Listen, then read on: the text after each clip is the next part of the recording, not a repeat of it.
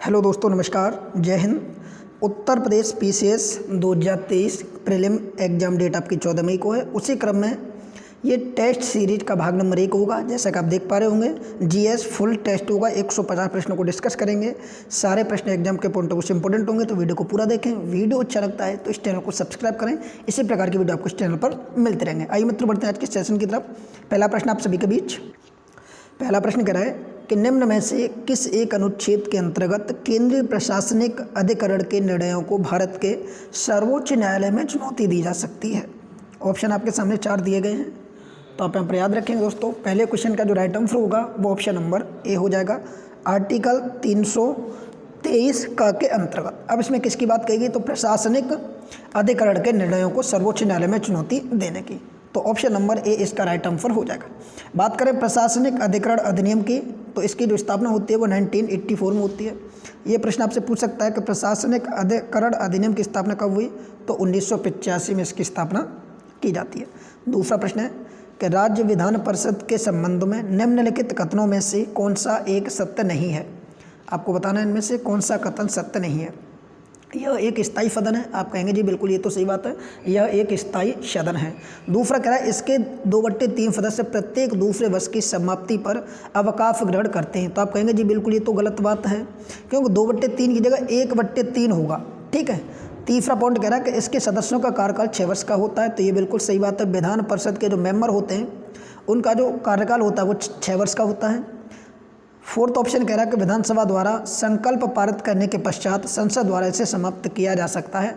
तो ये भी कथन आपका सही है। तो इस क्वेश्चन का right answer option number B हो जाएगा कि 2/3 की जगह यहाँ पर 1/3 होना चाहिए था।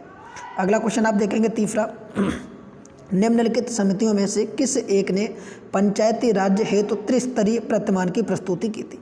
यानी जो पंचायती राज संस्थान या व्यवस्था थी उसको 3 स्तरीय की बात की गई थी, बट यहाँ पर 2 स्तरीय का प्रतिमान किसने दिया था वो आपको बताना है। तो दोस्तों आप याद रखेंगे तीसरे क्वेश्चन का राइट आंसर हो जाएगा ऑप्शन नंबर बी, यानी अशोक मेहता समिति। अब एक प्रश्न आपसे ये पूछ सकता है कि अशोक मेहता समिति की स्थापना कब हुई, तो ये आप याद रखेंगे 1977 में। ठीक है। अशोक मेहता समिति की स्थापना 1977 में हुई।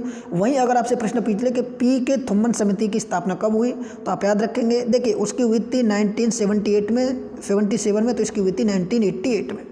यानी अशोक मेहता समिति की स्थापना 1977 में, पी के थुम्मन समिति की स्थापना 1988 में। अगर ये बात करता है आपसे बलवंत राय मेहता समिति की, तो इसकी जो स्थापना होती है वो आपकी होती है 1957 में। और ये बलवंत राय मेहता समिति वो समिति थी जिसने त्रिस्तरीय पंचायती राज व्यवस्था की स्थापना की थी। तो ये आपको सारी चीज़ें याद रखनी है कि 2 स्तरीय का संबंध पूछा जाए तो अशोक मेहता समिति, और त्रिस्तरीय का संबंध पूछा जाए तो बलवंत राय मेहता समिति। चारों ही समितियों की आपको डेट याद रखनी है कि किस समिति की स्थापना किस वर्ष की गई थी। आइए मित्रों अगले प्रश्न की तरफ बढ़ते हैं। अगला प्रश्न है कि निम्नलिखित मूल कर्तव्यों में से कौन सा एक भारतीय संविधान में वर्णित नहीं है। तो दोस्तों आपको पता है कि भारतीय संविधान में मूल कर्तव्यों की संख्या वर्तमान में 11 है। भाग 4 का और अनुच्छेद 51 का में इनका वर्णन किया गया है। ये हमने सोवियत संघ रूस से अपने भारतीय संविधान में इनको जोड़ा है। तो उन 11 मूल कर्तव्यों में से कौन सा मूल कर्तव्य इसमें शामिल नहीं है।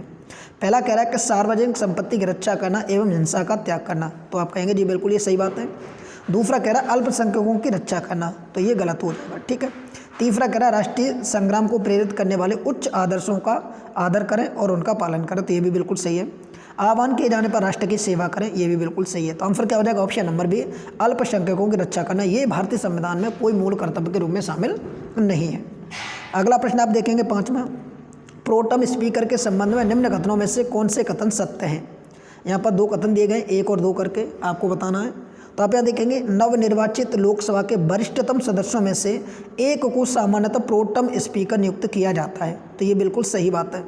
सेकंड कह रहा है कि प्रोटम स्पीकर नवनिर्वाचित सदस्यों को शपथ दिलाता है, तो ये भी बिल्कुल सही बात है। इस क्वेश्चन का right answer option number C हो जाएगा। 1 और 2 दोनों ही कथन सत्य हैं। आइए मित्रों अगले प्रश्न की तरफ बढ़ते हैं। अगला प्रश्न आप सभी के बीच छठा, कि किस अनुच्छेद के अंतर्गत यह विशेष उपबंध किया गया है कि गोवा राज्य की विधानसभा में कम से कम 30 सदस्य होंगे। यानी कम से कम मेंबर कितने होंगे, तो इसमें 30 सदस्य की बात की गई है। तो आर्टिकल हो जाएगा ऑप्शन नंबर डी, आर्टिकल 3711 की बात हो रही है। ठीक है। 371 आई। ठीक है। 371 में इसका वर्णन किया गया है कि गोवा राज्य की जो विधानसभा होगी उसमें कम से कम 30 सदस्य होंगे। ठीक है। अब यहाँ पर आपसे ये भी प्रश्न पूछ सकता है कि अनुच्छेद 371 अनुच्छेद H का संबंध किससे है, तो ये दोस्तों आपका अरुणाचल प्रदेश से है। ठीक है, ये वाला 371 खाली पूछा रहा है तो इसका संबंध किससे है, तो इसका संबंध आपका दोस्तों महाराष्ट्र और गुजरात से है। 371 जी का संबंध जब आपसे पूछा जाता है ये दोस्तों मिजोरम से है। तो इस प्रकार चारों ही आर्टिकल आपको याद रखने किस आर्टिकल में किस राज्य का वर्णन दिया गया है। आइए मित्रों बढ़ते हैं अगले प्रश्न की तरफ। अगला प्रश्न देखिए, एक अभिकथक दिया गया, दूसरा कारक दिया गया, आपको पढ़ के बताना है कौन सा सही है। अभिकथन कह रहा है कि उपराष्ट्रपति के निर्वाचन में संसद के मनोनीत भाग नहीं लेते किंतु राज्यों की विधानसभा के सदस्य भाग लेते हैं। यहाँ पर बात हो रही है वाइस प्रेसिडेंट की यानी उपराष्ट्रपति की, तो ये गलत हो जाएगा। ठीक है, क्योंकि इसके निर्वाचन में लोकसभा और राज्यसभा के सभी सदस्य भाग लेते हैं यानी संसद के सभी मेंबर भाग लेते हैं। कारण कह रहा है कि राज्य विधान परिषद के सदस्य राष्ट्रपति या उपराष्ट्रपति के निर्वाचन में भाग नहीं लेते, तो ये बिल्कुल सत्य बात है कि विधान परिषद के मेंबर किसी में भी भाग नहीं लेते। तो 7वें क्वेश्चन का जो आंसर बनेगा वो हो जाएगा ऑप्शन नंबर डी। ए गलत है परंतु आर सही है। ऑप्शन नंबर डी इसका राइट आंसर हो जाएगा। ए गलत है परंतु आर सही है। ठीक है, इस प्रकार बढ़ेंगे अगले प्रश्न की तरफ। 9वां प्रश्न है कि कृषि सहकारिता और उद्योग के लिए एक अखिल भारतीय सेवा का गठन करने की सिफारिश निम्न में से किस आयोग ने की थी। तो याद रखेंगे दोस्तों इस आयोग का नाम हो जाएगा ऑप्शन नंबर बी सरकारीय आयोग। अब इसकी डेट आप याद रखेंगे, सरकारी आयोग की स्थापना कब की गई, तो याद रखेंगे दोस्तों 1983 में इसकी स्थापना की गई थी सरकारीय आयोग की। इसका संबंध किससे है, तो याद रखेंगे कृषि सहकारिता और उद्योग के लिए। अगला प्रश्न आप देखेंगे 9वां, भारतीय संविधान के भाग 9 में वर्णित विभाग 4 में वर्णित प्रावधानों के संबंध में निम्नलिखित कथनों में से कौन से कथन सत्य हैं। यानी भाग 4 है ना भारतीय संविधान का, उसमें किस चीज़ का वर्णन है, तो यहाँ पर 2 कथन दिए गए हैं। इस भाग के प्रावधान की भी न्यायालय में प्रवर्तनीय नहीं है, तो आप कहेंगे डीपीएसपी को प्रवर्तनीय नहीं कहा गया है। इस भाग के प्रावधान राष्ट्र के संचालन में मूलभूत हैं, तो आप कहेंगे जी बिल्कुल ये तो सत्य बात है, तो ये भी बिल्कुल सही है और ऑप्शन वो भी सही है। तो ऑप्शन नंबर सी की तरफ जाएंगे, ए और बी दोनों ही कथन सत्य है। आइए मित्र बढ़ते हैं अगले प्रश्न की तरफ। 10वां प्रश्न, निम्नलिखित में से किस अनुच्छेद के अंतर्गत लोकसभा में अनुसूचित जातियों एवं अनुसूचित जनजातियों के लिए आरक्षण का प्रावधान किया गया है, तो आर्टिकल हो जाएगा ऑप्शन नंबर ए आर्टिकल 330 के अंतर्गत। ठीक है, लोकसभा में अनुसूचित जाति और अनुसूचित जनजाति के आरक्षण का प्रावधान किसमें, ऑप्शन नंबर ए में। आइए बढ़ते हैं अगले प्रश्न की तरफ। अगला प्रश्न आप सभी के बीच प्रश्न कह रहा है कि भारतीय संविधान के अनुच्छेद 17 एवं 18 द्वारा निम्नलिखित में से किस प्रकार की समानता प्राप्त करने का प्रयास किया गया है। तो याद रखें दोस्तों आर्टिकल 17 और 18 में, 17 में कहा गया अस्य प्रस्ताकंत और 18 में कहा गया है उपाधियों का। तो ये दोनों ही जो आर्टिकल है इनका संबंध बनेगा सामाजिक समानता से, तो ऑप्शन नंबर सी इसका राइट आंसर हो जाएगा। अगला प्रश्न आप सभी के बीच कि निम्नलिखित में से कौन सा एक कार्य भारत के सर्वोच्च न्यायालय द्वारा नहीं किया जाता है। तो यहाँ पर ऑप्शन ए कह रहा है कि नागरिकों के मूल अधिकारों की रक्षा, तो आप कहेंगे ये सर्वोच्च न्यायालय द्वारा किया जाता है। न्याय के पुनरावलोकन, ये सर्वोच्च न्यायालय द्वारा किया जाता है। दंडित कैदियों को क्षमा करना, और ऑप्शन डी कह रहा है कि राज्य एवं केंद्र के मध्य उत्पन्न विवादों का निर्णय करना, तो ये भी किया जाता है। तो ऑप्शन नंबर क्या हो जाएगा, सी इसका राइट आंसर हो जाएगा। दंडित कैदियों को क्षमादान करना ये सर्वोच्च न्यायालय का कार्य नहीं है, ये कार्य है राष्ट्रपति का, तो ऑप्शन नंबर सी इसका राइट आंसर हो जाएगा। अगला प्रश्न आप देखेंगे, सूची 1 को सूची 2 से सुमेलित करना है। कौन सा आर्टिकल में किस चीज़ का वर्णन दिया गया है, बताइए। आर्टिकल 320, 330, 323 ए और 324 किस आर्टिकल में किस चीज़ का वर्णन दिया गया है। बहुत इंपॉर्टेंट क्वेश्चन है और ऐसे क्वेश्चन आपके एग्जाम में देखने को मिल जाते हैं। मैं दावे के साथ कहता हूँ अगर आप डेली हमारे इस प्रैक्टिस सेशन वाले बैच को कंटिन्यू देखते हैं तो यहाँ से आपके एग्जाम में 15 से 20 क्वेश्चनों को आप आसानी से बढ़ा सकते हैं। जैसा कि आप देख पा रहे होंगे सारे के सारे सिलेक्टेड प्रश्नों के ऊपर डिस्कस किया जा रहा है। तो अनुच्छेद पहले की बात करेंगे यहाँ पर 320 की, तो 320 आर्टिकल में कहा गया है कि लोकसभा आयोग के कार्य, क्या कहा गया, लोकसभा आयोग के कार्य, तो ऑप्शन नंबर पहले का तीसरा हो जाएगा। अभी 330 हमने देखा था, 330 में क्या दिया गया था, लोकसभा में SC और ST के आरक्षण का प्रावधान, तो ये हमने देखा था। 324 की बात करें तो इस 324 आर्टिकल में दिया गया है निर्वाचन का संबंध, तो देखेंगे निर्वाचन। और 330 ए की बात की जाए तो प्रशासनिक अधिकरण की बात कही गई है। इस प्रकार आप सम्मिलित करेंगे और दिए गए ऑप्शन के अकॉर्डिंग इसको टिक कर देंगे। तो मित्र आपने यहाँ पर देख लिया कौन सा किससे सम्मिलित है। अब ऑप्शन की तरफ बढ़ते हैं। ऑप्शन आपके सामने ये रहा। जब आप देखेंगे कि ये जो डी है ना, डी का संबंध किससे जा रहा है, तो ये जा रहा है आपका निर्वाचन से। डी का संबंध किससे जा रहा है, निर्वाचन से, तो डी का पहला होना चाहिए। डी का पहला देखिए, डी का पहला आपका किस में मिला, सी में, ठीक है। अब देखिए सी में मिला, अब आप कहेंगे डी में भी है, तो आप देखेंगे सी का देख लीजिए। सी का जो संबंध जा रहा है वो जा रहा है प्रशासनिक अधिकरण से, तो सी का दूसरा हो जाएगा, सी का दूसरा इसमें भी मिल रहा है, ठीक है। आगे हम देखेंगे इसका बी का, तो बी का आप देखोगे ये जा रहा चौथा, तो option number C right answer हो जाएगा। ठीक है, किसी भी प्रकार से सुमेलित कीजिए वही आंसर आपका निकलेगा। आइए मित्रों बढ़ते हैं अगले प्रश्न की तरफ। 14वां प्रश्न आपके बीच, देखिए प्रश्न क्या कह रहा है। 14वां प्रश्न कह रहा है एक सेकंड रुकिए। 14वां प्रश्न कह रहा है, सॉरी, हाँ देखिए, अच्छा 13वां हो गया, 14वां प्रश्न आप देखेंगे। 14वां प्रश्न कह रहा है कि संसद के दो सत्रों के बीच 6 माह से अधिक का अंतराल नहीं हो सकता, यह भारतीय संविधान के किस आर्टिकल से संबंधित है। तो आप कहेंगे कि जो 2 माह से 6 माह से अधिक का जो अंतराल नहीं हो सकता, ये सारे जो उल्लेख किए गए आर्टिकल 85 में किए गए। तो ऑप्शन नंबर क्या हो जाएगा, सी इसका राइट आंसर हो जाएगा। अगला क्वेश्चन देखेंगे, राज्यसभा अनुच्छेद 312 के अंतर्गत अखिल भारतीय सेवाओं का प्रयोजन कर सकती है, किसके माध्यम से। तो याद रखेंगे ऑप्शन नंबर डी, सी इसका राइट आंसर हो जाएगा, 2/3 बहुमत के द्वारा, ऑप्शन नंबर सी। अगला प्रश्न आप सभी के बीच, निम्नलिखित में से किस पदाधिकारी को हटाने में संसद की भूमिका नहीं होती। तो यहाँ पर आप देखेंगे उच्चतम न्यायालय के न्यायाधीशों को हटाना क्या संसद की प्राथमिकता है, तो आप कहेंगे जी बिल्कुल है। ठीक है, ये भी संसद की प्राथमिकता है। राज्य निर्वाचन आयोग को हटाना संसद की प्राथमिकता है। लोकपाल के सभापति एवं सदस्यों को हटाना संसद की होती है। और मान्यवादी की बात करो तो ये राष्ट्रपति के प्रसाद पर्यंत पद धारण करता है, उसी के अकॉर्डिंग बना रहता है। तो ऑप्शन नंबर सी इसका राइट आंसर हो जाएगा। अगला क्वेश्चन देखेंगे, निम्न कथनों पर विचार कीजिए। पहला है कि पेशवा बाजीराव द्वितीय बेबीजली की सहायक संधि को स्वीकार करने वाला प्रथम मराठा सरदार था। दूसरा, संगोल की संधि का संबंध आंग्ल अफगान युद्ध से था। तीसरा, सिक्किम का भारत में विलय लॉर्ड डलहौजी के समय में हुआ।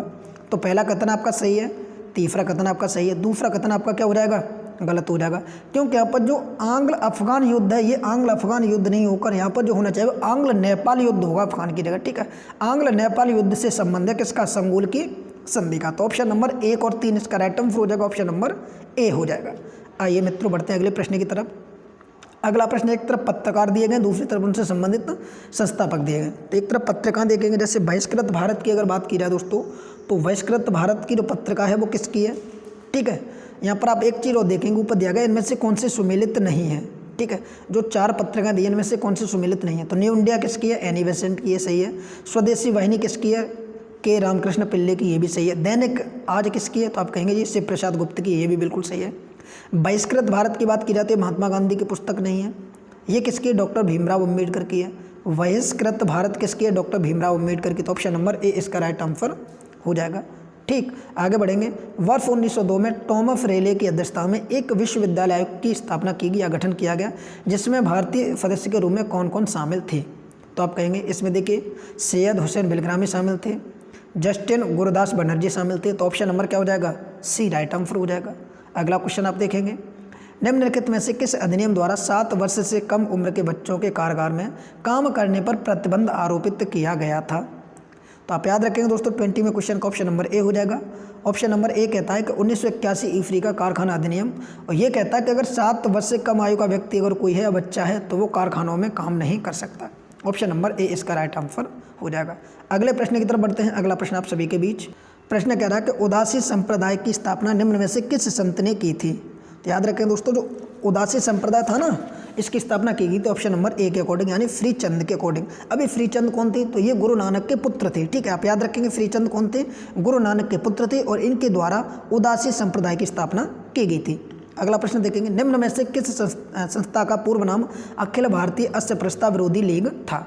तो ऑप्शन नंबर इसका हो जाएगा ऑप्शन नंबर सी, हरिजन सेवक संघ। ऑप्शन नंबर सी इसका राइट आंसर हो जाएगा, हरिजन सेवक संघ। ये इसका जो प्राचीन नाम था वो क्या था, अखिल Bharatiya Asprishyata Virodhi league. Option number C right answer हो जाएगा। अब इसका जो कार्य था वो कब से था, तो याद रखेंगे ये 1932 में, और किसके माध्यम से गठित की गई थी, तो महात्मा गांधी के द्वारा। ठीक है, आपसे पूछ सकता है कि हरिजन सेवक संघ की स्थापना किसने की, तो याद रखेंगे ये गांधी जी ने की थी, और कब की थी, तो 1932 में इसकी स्थापना की थी। एक प्रश्न आपको याद रखना है कि आत्मसम्मान आंदोलन का जो कार्य था वो कब से था, तो इसका जो कार्य शुरू हुआ था वो 1925 से शुरू हुआ था A.V. रामास्वामी के अकॉर्डिंग। ठीक है, तो ऑप्शन नंबर सी इसका राइट आंसर हो जाएगा। अगला प्रश्न आप देखेंगे, निम्न कथनों पर विचार करेंगे। अब यहाँ पर एक व्यक्ति के बारे में कुछ कथन दिए गए हैं, आप बताएंगे ये सारे के सारे कथन किस व्यक्ति से संबंधित हैं। जैसा कि पहला कथन कह रहा है, यह तुर्की भाषा में प्रवीण था, इसे जहांगीर ने 400 मनसब प्रदान किए, इसे इंग्लिश खां अथवा फिरंगी खां की उपाधि दी गई थी। तो ये सारे कार्य किस व्यक्ति के बारे में कहा गया है, तो आप याद रखेंगे दोस्तों ये सारे के सारे कार्य हॉपकिंस के बारे में कहा गया है। ऑप्शन नंबर बी इसका राइट आंसर हो जाएगा। अगला क्वेश्चन आप देखेंगे 24वां, निम्नलिखित में से किस एक गवर्नर को भारत में अंग्रेजी साम्राज्य का अग्रगामी कहा जाता है? तो याद रखेंगे दोस्तों, ऑप्शन नंबर ए हो जाएगा रॉबर्ट क्लाइव को। ऑप्शन नंबर ए इसका राइट आंसर। ठीक है, अंग्रेजी साम्राज्य का अग्रगामी कहा जाता है इसको। अगला क्वेश्चन है, सूची 1 को सूची 2 से सुमेलित करना है। यहाँ पर आपको सुमेलित करके बताना है कौन सा कथन सही है। तो मित्रों आप यहाँ पर देखेंगे जो इंडिया होम रूल सोसाइटी की स्थापना की थी वो आपकी श्यामा प्रसाद मुखर्जी ने की थी, तो ये आपका सही हो जाएगा। पेरिस इंडिया सोसाइटी की स्थापना मैडम कामा ने की थी, ये भी सही है। यूनाइटेड इंडिया हाउस की स्थापना तारकनाथ ने की थी, ये भी सही है। हिंदू एसोसिएशन ऑफ अमेरिका की स्थापना सोहन सिंह भाकमा ने की थी, ये भी बिल्कुल सही है। तो 1, 2, 3, 4 जिसमें भी मिल जाए वो आपका सही हो जाएगा। ऑप्शन नंबर आप देखेंगे तो 1 आपका राइट आंसर हो जाएगा। ठीक मित्रों, आइए अगले प्रश्न की तरफ बढ़ते हैं। अगला प्रश्न आपके कथन 1 कह रहा है कि नीचे 2 कथन दिए गए जिनमें से एक को अभिकथन था, दूसरे को कारक कहा गया है। कथन कह रहा है कि चार्ल्स मेडकॉफ को समाचार पत्रों का मुक्तिदाता कहा जाता है। कारक कह रहा है कि मेडकॉफ ने revolution of the India press act लागू किया था। तो दोस्तों दोनों ही कथन, ये भी सही है और ये भी सही है, और आर एक की सही व्याख्या करता है। इस प्रकार से ऑप्शन नंबर ए इसका राइट आंसर हो जाएगा 26 का। आइए इसी क्रम में अगले प्रश्न की तरफ बढ़ते हैं। अगला प्रश्न आप देखेंगे, निम्नलिखित में से किन्हें भारतीय पुनर्जागरण का पिता, भारतीय राष्ट्रवाद का जनक कहा जाता है? तो दोस्तों राजा राम मोहन राय को। इन्हें कई सारे नामों से नवाजा गया है। ठीक है, इनके कई सारे नाम इस प्रकार के, तो ऑप्शन नंबर बी हो जाएगा। अगला, संगम साहित्य में कावेरी पत्तन का संबंध किससे है? तो दोस्तों याद रखेंगे, संगम साहित्य में कावेरी पत्तन का जो संबंध है वो चोल वंश से है, तो ऑप्शन नंबर सी इसका राइट आंसर हो जाएगा। ठीक, आगे बढ़ेंगे। सुप्रसिद्ध भक्त कवि गोस्वामी तुलसीदास निम्न में से किस शासक के समकालीन नहीं थे? यहाँ पर बात हो रही है किसके समकालीन नहीं थे, तो याद रखेंगे दोस्तों, इसमें जो समकालीन थे वो देखिए अकबर भी इनके समकालीन था और जहांगीर भी इनके समकालीन था, बाबर इनके समकालीन नहीं था। तो ऑप्शन नंबर क्या हो जाएगा? बी इसका राइट आंसर हो जाएगा। अगला प्रश्न देखेंगे, निम्नलिखित सल्तनतकालीन शासकों में से किस एक के राजारूढ़ के साथ ही सल्तनत काल के साम्राज्यवादी युग का आरंभ माना जाता है? तो दोस्तों याद रखेंगे, मोस्ट इंपोर्टेंट क्वेश्चनों की श्रेणी में आता है ये क्वेश्चन, और इस क्वेश्चन का जो राइट आंसर बनेगा वो होगा अलाउद्दीन खिलजी। अब अलाउद्दीन खिलजी का समय अगर आप पीरियड देखेंगे तो ये 1296 में गद्दी पर बैठता है। ठीक है, और ये 1316 तक गद्दी पर रहता है। ठीक है, इस बीच ये कई सारे ऐसे कार्य करता है जैसे सल्तनत काल का साम्राज्यवादी युग इसको माना जाता है। तो ऑप्शन नंबर ए इसका राइट आंसर हो जाएगा। आगे बढ़ेंगे अगले प्रश्न की तरफ। प्रश्न कह रहा है कि निम्नलिखित युग्मों में से कौन सा एक सही सुमेलित नहीं है? एक तरफ लेखक और दूसरी तरफ रचनाएं दी गई हैं, आपको बताना है इनमें से कौन सी सुमेलित नहीं है। बात करें विज्ञान विषय की तो इनकी पुस्तक का नाम है मिताक्षरा, ये सही सुमेलित है। माधव की इनकी पुस्तक का नाम है नकासुर विजय, ये भी सही है। जयदेव की बात की जाए तो इनकी पुस्तक का नाम है गीत गोविंद, ये भी सही है। गंगाधर राव की बात की जाए तो ये आपका गलत हो जाएगा। ठीक है, क्यों गलत हो जाएगा? क्योंकि जो विजय शंकर रचना है ना, ये विद्याधर की है। विजय शंकर रचना ये विद्याधर की है, गंगाधर राव की नहीं है। तो ऑप्शन नंबर डी इसका राइट आंसर होना चाहिए। आगे बढ़ेंगे अगले प्रश्न की तरफ।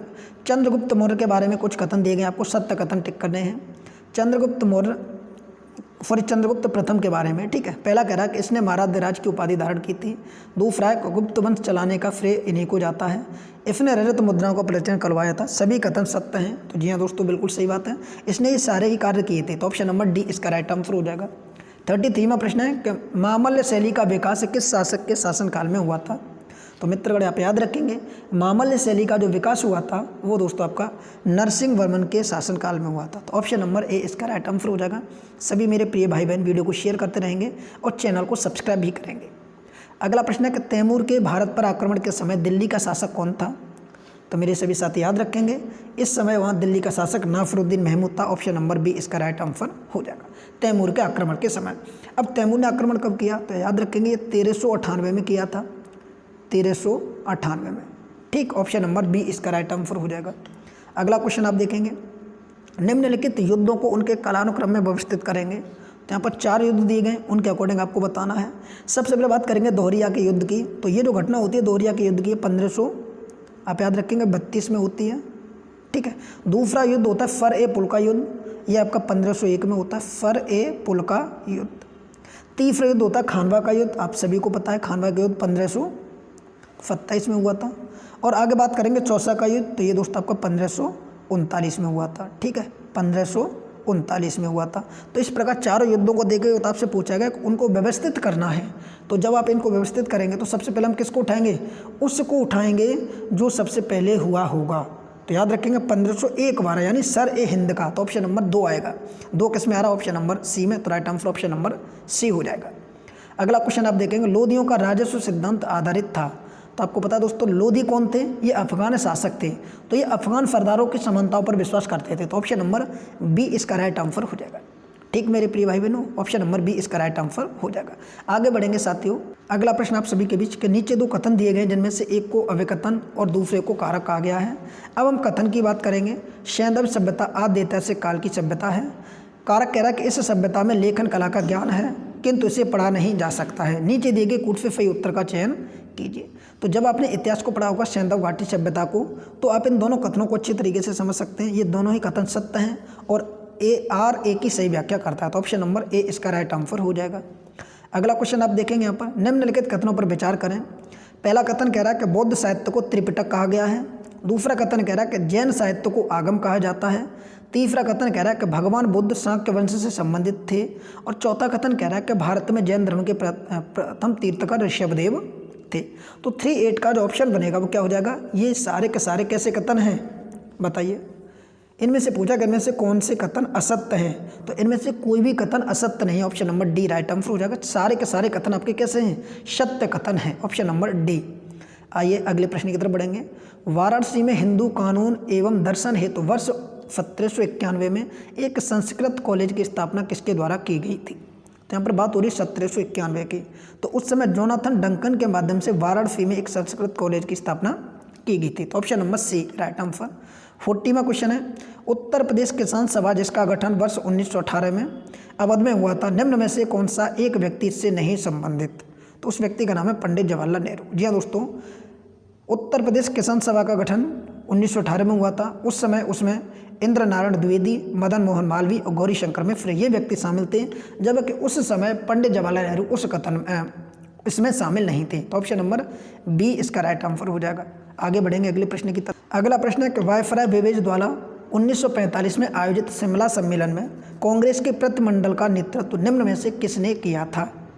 तो दोस्तों याद रखेंगे, एक तो पहला ये हो जाएगा कि बेवेज द्वारा 1945 में शिमला सम्मेलन कहाँ पर हुआ था, ठीक है। दूसरा आपसे ये पूछा गया है कि उसका नेतृत्व किसने किया था। तो सभी साथी गौर से ध्यान देंगे, इस क्वेश्चन का ऑप्शन नंबर सी हो जाएगा, अबुल कलाम आज़ाद ने, ऑप्शन नंबर सी। अगला प्रश्न है, कैबिनेट मिशन योजना के सदस्य कौन कौन थे? तो आप सभी को ये प्रश्न गलत नहीं करना चाहिए। फर पेंथिक लॉरेंस, स्टेपोर्ट क्रिप्स और एवी एलेक्जेंडर, ऑप्शन नंबर ए इसका राइट आंसर हो जाएगा, ठीक है। कमेंट करके बताएंगे कैबिनेट मिशन का अध्यक्ष किसको बनाया गया था। इन्हीं 3 में से कोई एक व्यक्ति क्या था, कैबिनेट मिशन का अध्यक्ष था, उस व्यक्ति का नाम आपको कमेंट बॉक्स में टाइप करना है। अगला प्रश्न है, मध्यकालीन संत और उनके कार्य क्षेत्र यहाँ पर दिए गए हैं, आपको सुमेलित करना है, ठीक है। यहाँ क्या है कि निम्नलिखित में से कौन सा एक सही सुमेलित नहीं है, चारों के चारों आप चेक करेंगे। तो अगर हम बात करें 43 की, तो यहाँ पर हम देखेंगे शंकरदेव, तो शंकरदेव का जो संबंध है वो आसाम से था, तो ये बिल्कुल सही है। नामदेव का संबंध महाराष्ट्र से था, ये भी सही है। नरसिंह मेहता का संबंध गुजरात से था, ये भी सही है। मम्मूलक दास का संबंध राजस्थान से नहीं था, इनका संबंध यूपी से था, ठीक है। तो इस प्रकार ऑप्शन नंबर क्या हो जाएगा, बी इसका राइट आंसर हो जाएगा। ये वाला सुमेलित नहीं था। मलूक दास का जो संबंध था वो उत्तर प्रदेश से था। अगला क्वेश्चन, निम्नलिखित घटनाओं में कौन सी एक कालक्रम के अनुसार अंतिम स्थान पर है? तो यहाँ पर 4 घटनाएं दी गई हैं, चारों को आप डेट के माध्यम से देखेंगे, उसके अकॉर्डिंग हम टिक करेंगे कि कौन सी घटना सबसे अंतिम में घटित हुई थी। बात करेंगे सती प्रथा पर प्रतिबंध की, तो ये जो प्रथा प्रारंभ हुई थी ये 1829 में समाप्त हुई थी, ठीक। दूसरी रॉलेट एक्ट, तो आप सभी को पता चाहते हो, ये 1999 में घटित हुई थी, 1919 में। वुड डिस्पैच की बात की जाएगी तो ये आपका 1854 में आया था, वुड डिस्पैच 1854 में। वर्नाकुलर प्रेस एक्ट की बात की जाए तो ये 1878 में आया था, 1878 में। अब आप खुद इस प्रश्न का आंसर दे सकते हैं कि सबसे अंतिम में किस चीज़ का गठन हुआ था, तो वो था रॉलेट एक्ट, ठीक है। तो ऑप्शन नंबर बी इसका राइट आंसर हो जाएगा। अगला क्वेश्चन देखेंगे, सूची 1 को सूची 2 से सुमेलित करना है, चलिए करते हैं। सबसे पहले बात करेंगे प्रथम आंग्ल मराठा युद्ध की, तो प्रथम आंग्ल मराठा युद्ध आपका 1775 से प्रारंभ होकर 1782 तक जाता है। द्वितीय आंग्ल वर्मा युद्ध की बात की जाएगी तो द्वितीय आंग्ल वर्मा युद्ध आपका हुआ था 1824 से प्रारंभ हुआ था और 1826 तक गया था। तृतीय आंग्ल मैसूर युद्ध की अगर बात की जाए तो तृतीय आंग्ल मैसूर युद्ध आपका 1790 से चालू होकर 1792 तक रहा था। द्वितीय आंग्ल सिख युद्ध की बात की जाएगी तो ये जो बचा कुचा बचा आपका ये इसी से संबंधित हो जाएगा। इसी प्रकार से हम इन सभी को सुमेलित करेंगे तो देखेंगे ऑप्शन नंबर सी हमारा बिल्कुल सही ऑप्शन बन रहा है। ठीक, तो इन चारों ही युद्धों को आप अच्छे तरीके से नोट करना चाहें तो किसी को भी पेन लेकर नोट कर सकते हैं। मोस्ट इंपोर्टेंट क्वेश्चनों की फ्रीडम में ये क्वेश्चन आता है। अगला क्वेश्चन आप सभी के बीच, निम्नलिखित में से किसने कहा था कि भगत सिंह इंकलाब जिंदाबाद का एक ही अर्थ है? तो यहाँ पर याद रखेंगे ये कथन कहा था सुभाष चंद्र बोस ने। ऑप्शन नंबर क्या हो जाएगा? बी इसका राइट आंसर हो जाएगा। अगला क्वेश्चन, निम्न में से किस एक आंदोलन के दौरान उत्तर पश्चिम सीमा प्रांत के कबायलियों ने गांधी जी को मंगल बाबा की उपाधि धारण की थी या प्रदान की थी? तो याद रखेंगे दोस्तों, सविनय अवज्ञा आंदोलन के अकॉर्डिंग। ठीक है, सविनय अवज्ञा आंदोलन के अकॉर्डिंग महात्मा गांधी जी को मंगल बाबा की जो उपाधि दी गई थी वो उत्तर पश्चिम सीमा प्रांत के कबायलियों के माध्यम से दी गई थी। अगला प्रश्न आप देखेंगे 48 में, निम्नलिखित रोगों में से कौन सा एक तंत्रिका तंत्र को प्रभावित नहीं करता है? तो याद रखें दोस्तों, ऑप्शन नंबर बी इसका राइट आंसर हो जाएगा। ठीक है, ऑप्शन नंबर बी इसका राइट आंसर हो जाएगा। ऑप्शन नंबर बी में क्या कहा गया है? तो आप देखें मेनिनजाइटिस। ठीक है, तंत्रिका तंत्र को कौन प्रभावित नहीं करता? तो मेनिनजाइटिस। अब ये किसको प्रभावित करता है? तो ये करता है आपका मस्तिष्क को। ठीक है, आपसे ये भी पूछ सकता है कि इसका जो संबंध है वो किससे? मस्तिष्क से। ठीक है, तो ये पॉइंट आप याद रखेंगे, इसका संबंध मस्तिष्क से है। बाकी सारी चीज़ें तंत्रिका तंत्र को प्रभावित करती हैं। रेबीज तंत्रिका तंत्र, टिटनेस तंत्रिका तंत्र और पोलियो तंत्रिका तंत्र। अगला क्वेश्चन है 49, मानव शरीर में सीरोटोनिन नामक रसायन का स्रावण कब अधिक मात्रा में बढ़ जाता है? तो आप याद रखेंगे एलर्जी के समय। Option number A right answer हो जाएगा। यहाँ मित्रों, एलर्जी के समय मानव शरीर में सीरोटोनिक नामक रसायन का जो स्रावण है उसकी मात्रा में वृद्धि हो जाती है। 50वां प्रश्न आप सभी के बीच है। प्रश्न देखेंगे, मानव मुख में लार का निर्माण प्रतिरक्षा के किस प्रकार से संबंधित है? तो याद रखेंगे दोस्तों, ऑप्शन नंबर बी इसका जो आंसर बनेगा 50 का ऑप्शन नंबर सी हो जाएगा। और सी क्या कह रहा है? कायकीय रोध के माध्यम से। ऑप्शन नंबर सी। 51वां प्रश्न आप सभी के बीच है कि बीज के निम्नलिखित भागों में से किस एक भाग को बीज के अंदर अविकसित नाम पौधे के नाम से भी जाना जाता है? तो अविकसित पौधे के नाम से किसको जाना जाता है? वो होता है भ्रूण। तो ऑप्शन नंबर सी इसका राइट आंसर हो जाएगा। दोस्तों 51 प्रश्नों की इस सीरीज को आप यहीं रखते हैं। इससे आगे की सीरीज हम जल्दी आप सभी के बीच लेकर आएंगे। तो एक प्रैक्टिस सेट को 3 तरीके से सॉल्व करेंगे, यानी 3 भागों में, छोटे छोटे भाग होंगे। हर भाग में 50 क्वेश्चनों को डिस्कस करेंगे। अगर आप चाहते हैं कि एक ही भाग में पूरी वीडियो 150 क्वेश्चनों को डिस्कस किया जाए तो आप सभी लोग कमेंट करके अवश्य बताएं कि जी हाँ भाई, आप एक ही वीडियो में सारे के सारे क्वेश्चनों को कवर करा दो, तो हम आगे से उसी प्रकार की वीडियो बनाते रहेंगे। वीडियो कैसा लगा कमेंट करके अवश्य बताएं। चैनल को सब्सक्राइब कर लें, डेली आपको इसी प्रकार की वीडियो मिलती रहेगी। यूपी पीसीएस से संबंधित कोई भी इंफॉर्मेशन आएगा आपको इस चैनल पर दी जाएगी। Thank you. जय हिंद, जय भारत।